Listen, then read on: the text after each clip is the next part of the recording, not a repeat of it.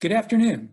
I'm Mark Schultz, Commissioner of RSA, and it's my pleasure to welcome you to this afternoon's session on discretionary grant updates from RSA.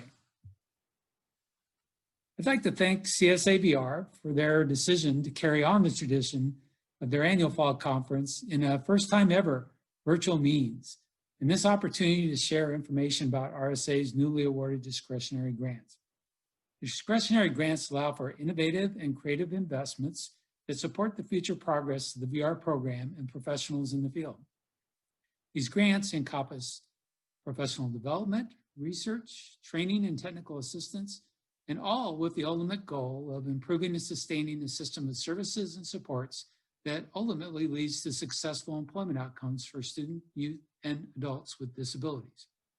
For example, our technical assistance centers on quality management and quality employment will be working closely together to provide technical assistance in a way that recognizes the impact that management decisions have on the program's available resources and its priorities, which in turn impact on the employment strategies employed by the program that can lead to increasing or decreasing the number of individuals with disabilities that achieve quality employment outcomes. This also impacts on performance measures. It calls for increased coordination between RSA's monitoring and the technical assistance provided by the TA centers to more effectively support the improvement and quality of VR programs and services. So now I'd like to introduce the experts from RSA who will be sharing more about the discretionary grants today. First, we have Mary Lovely, who's the Director of Training and Services Programs Division, and Mary Williams, our Project Officer with State Monitoring and Program Improvement Division, and Corinne Weidenthal, who is the Chief of the Service Programs Unit. So now, Mary, I will turn it over to you. Good afternoon, everybody. This is Mary Lovely from the Training and Service Programs Division in the Rehabilitation Services Administration. I am the Director of the Training and Service Programs Division and the acting chief of the Training Programs Unit.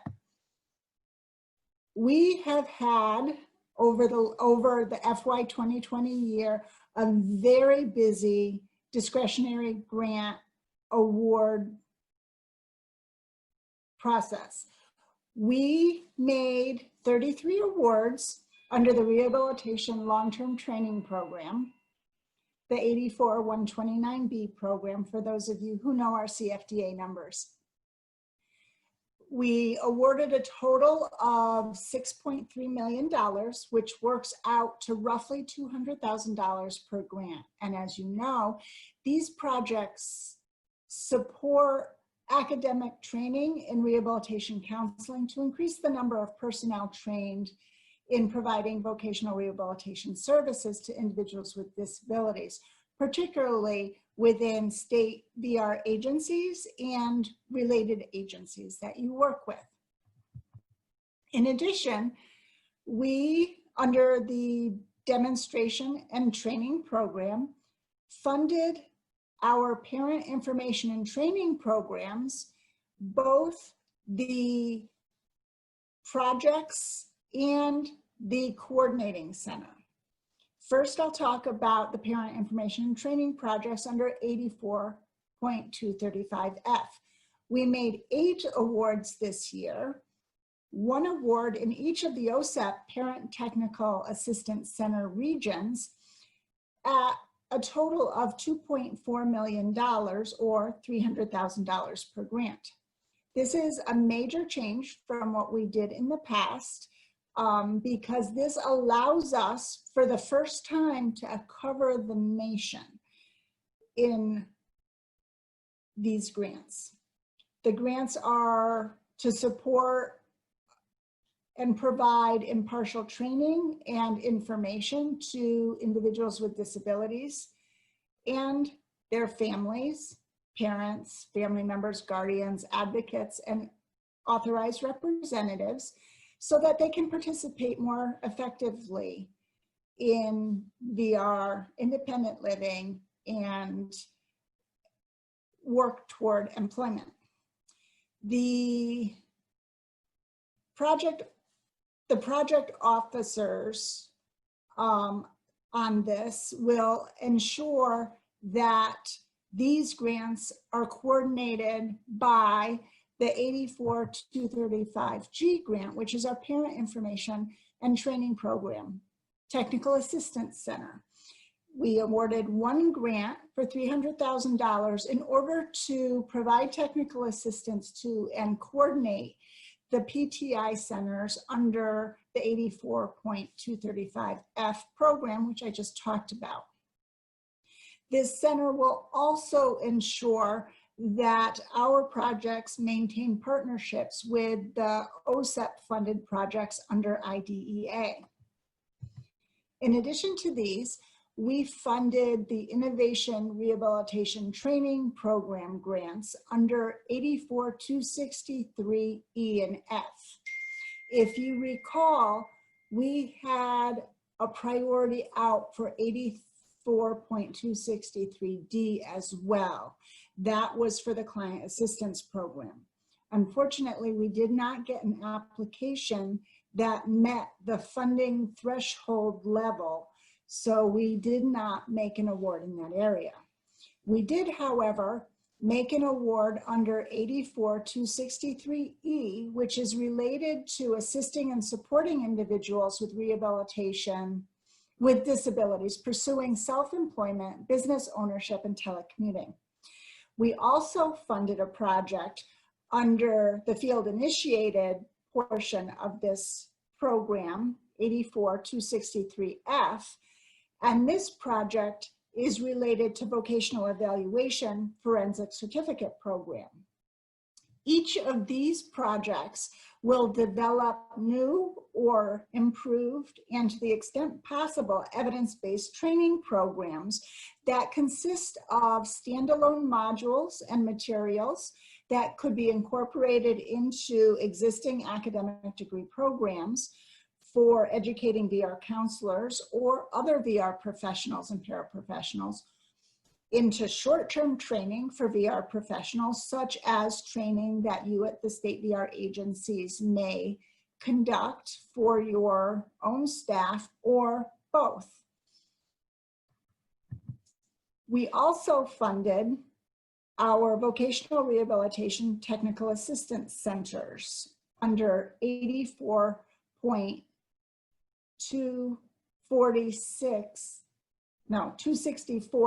and K. The purpose of these TA centers is to increase the number and quality of employment outcomes of individuals with disabilities through the state VR agencies as a result of the training and technical assistance we provide. These grants, like the ones that we funded in the past, will focus on intensive technical assistance, targeted technical assistance, and universal technical assistance to state VR agency personnel. We funded these grants at $3,344,560 per year per grant. $3 million of this amount will go to providing the training and technical assistance. The remainder of the amount per year will go toward the evaluation of these projects to make sure that the outcomes for the projects are what we intended. We made 2 awards, as I said, one under each of these alphas.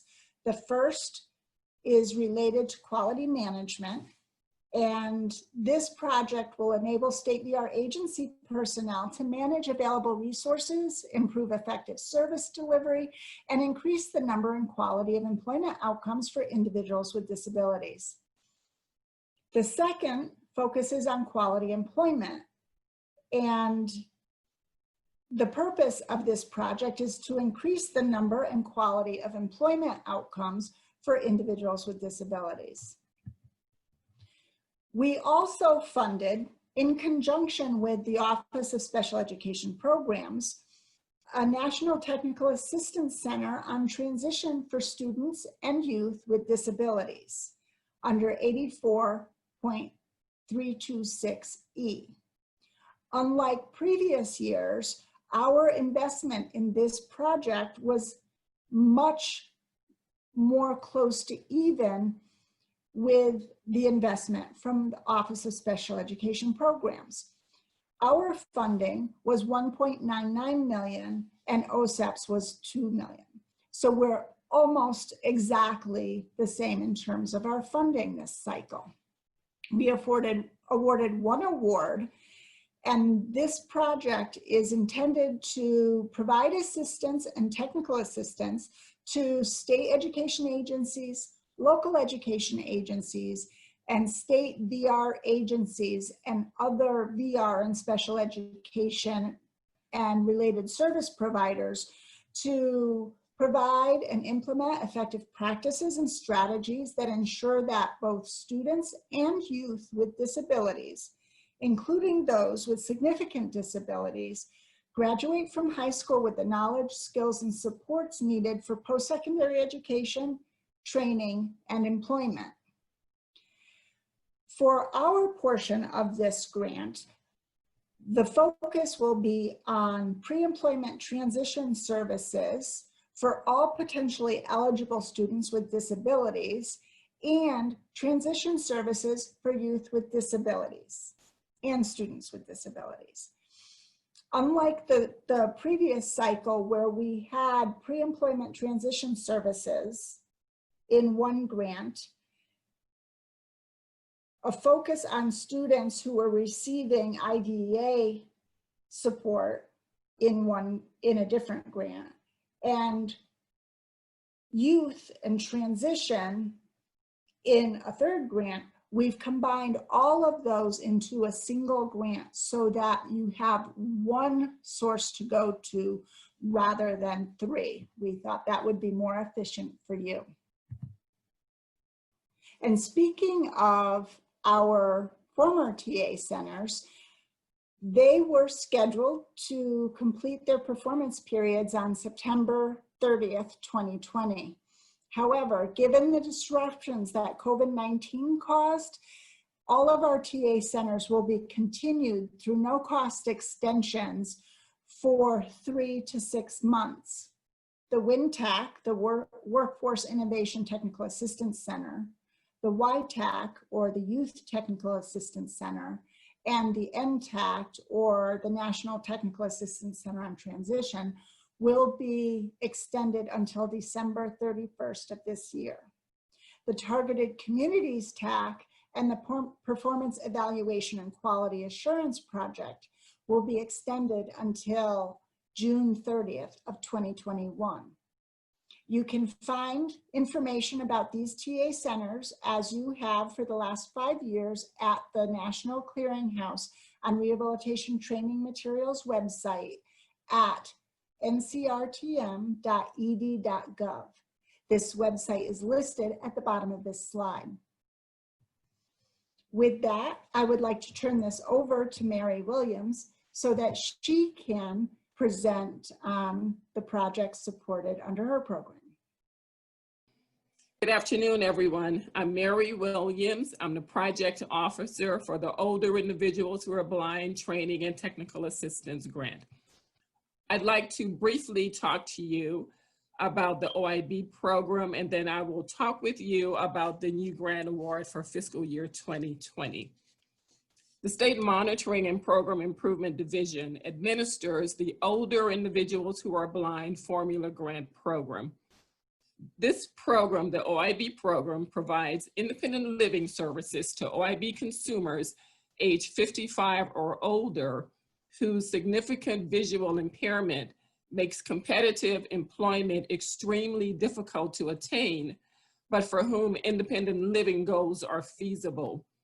The program also conducts activities that will improve or expand services to these consumers, and it conducts activities to help improve public understanding of the problems and challenges faced by these consumers. The providers of OIB services are the designated state agencies, and these are the state agencies that provide VR services to individuals who are blind, and other service providers who receive OIB funding to provide OIB services. Now I'll speak with you briefly about the new fiscal year 2020 award. The State Monitoring and Program Improvement Division operates or administers the OIB Training and Technical Assistance Center grant, which we call the OIB TAC. For fiscal year 2020, this grant was awarded to Mississippi State University to fund the TAC for a period of 5 years, starting in FY 2020. The grantee also was the recipient of the initial OIB TAC grant award funded in fiscal year 2015 and funded through September 30th of this year. Given that Mississippi State University received the initial 5-year grant in fiscal year 2015 and was awarded the new 5-year grant in fiscal year 2020, it affords an opportunity for continuity and enhancement of the Training and Technical Assistance Foundation already established by the grantee. Funding for the new grant is a little over $2.9 million, covering a period of 5 years, and this represents about $599,706 per year, or 1.8% of the OIB appropriation in each of the 5 years.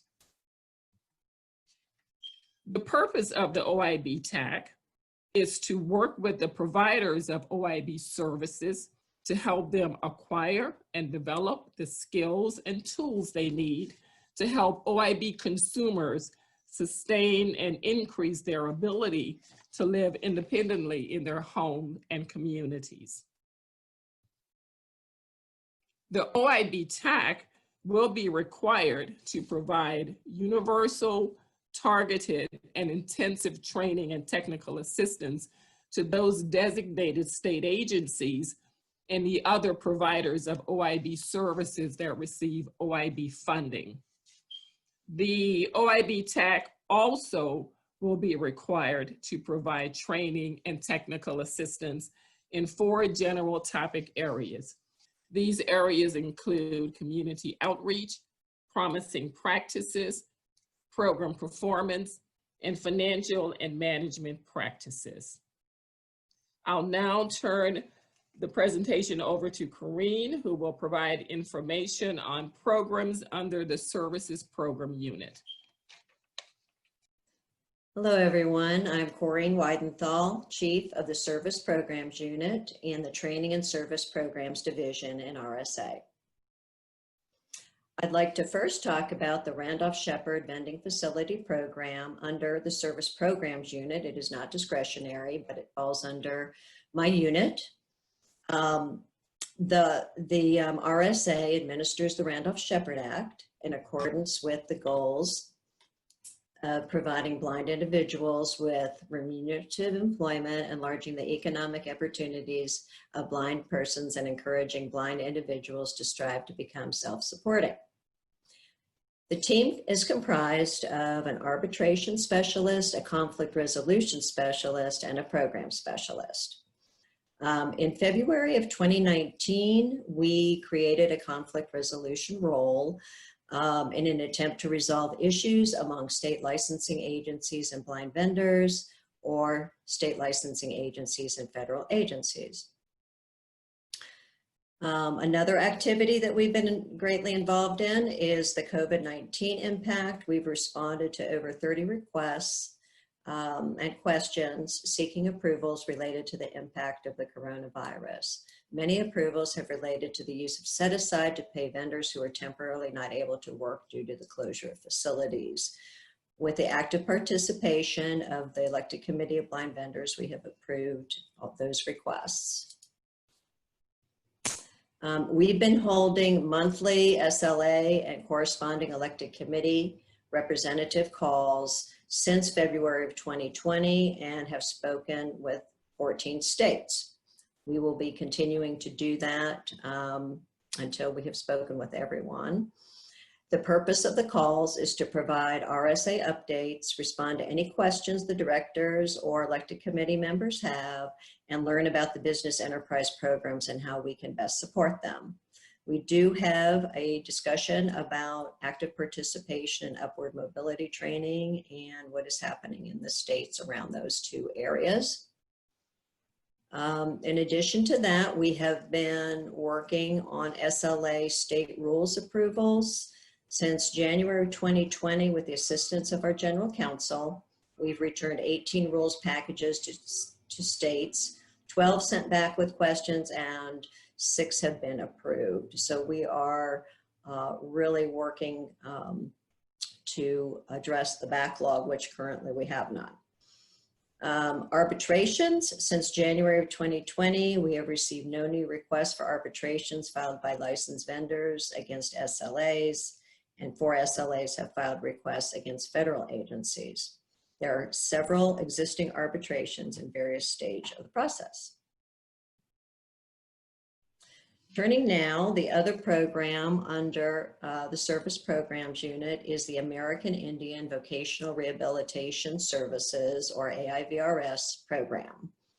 The purpose of this program is to provide VR services, including culturally appropriate services, to American Indians with disabilities who reside on or near federal or state reservations, consistent with such eligible individual strengths, resources, priorities, concerns, abilities, capabilities, interests, and informed choice, so that such individuals may prepare for and engage in high quality employment that will increase opportunity for economic self-sufficiency. Due to the ongoing issues the tribes were experiencing related to the COVID-19, instead of holding a competition in fiscal year 2020, we extended for 1 year the existing grantees who are eligible to apply. We are currently working with 87 programs across 26 states. We also fund an American Indian VR Training and Technical Assistance Center, also known as AVRTech, awarded to Northern Arizona University, which provides technical assistance and support to the programs. We also fund the Northwest Indian College in partnership with Western Washington University to provide academic training for program staff. The AVRTech is collaborating with the Workforce Innovation Technical Assistance Center, or the WINTAC, to provide TA and support for the AIVRS programs. The AVRTech and the WINTAC have conducted and will continue to conduct joint webinars featuring tribal VR and state VR partnerships and target both tribal and state VR staff. Other topics for the joint webinars will include transition services and various employment strategies. These presentations will also discuss how to deliver the services in a virtual environments. Recently, AVRTech hosted a webinar with former AIVRS directors currently working in state VR agencies. Recommendations on how AIVRS programs and state VR programs can nurture their relationship and reciprocity to better serve American Indians with disabilities. So they provided some recommendations that I could share on today's call to talk about how these relationships can be fostered and nurtured. The first, be patient with each other, recognize and openly acknowledge that AIVRS and state VR programs are experiencing their own level of challenges, serving vulnerable, diverse disability communities.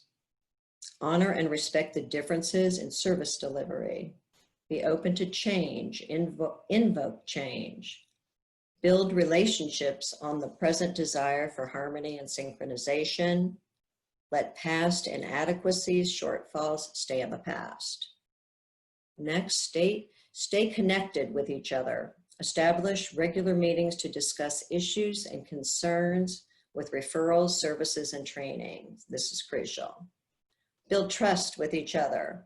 Read and seek clarification as needed on the Memorandum of Understanding between the AIVRS program and State VR program. Discuss how both programs can build on strategies for interagency referrals and sharing of information, and agree upon the initial strategies to be implemented.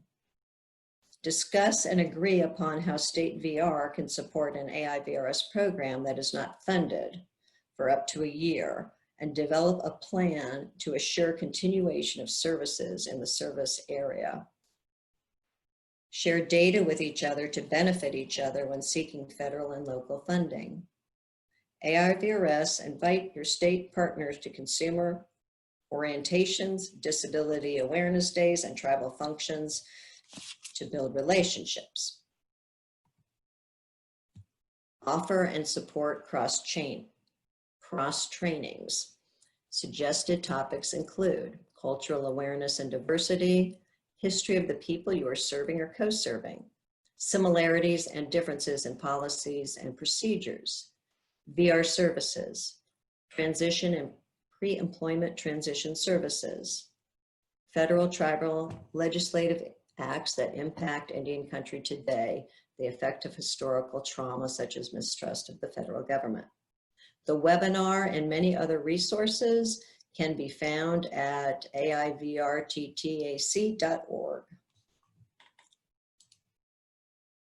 Finally, the WINTAC is also now under my unit, Service Program Unit. And as Mary mentioned earlier, they were extended to December 31st.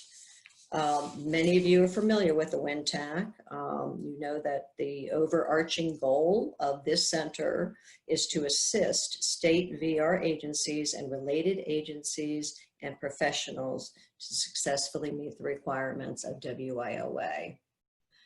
The following teams will be conducting activities to complete TA activities with state VR agencies and to complete products for retention. Business engagement team, customized employment, peer mentoring, service integration, and pre-employment transition strategies. Some of their successes over the past 5 years.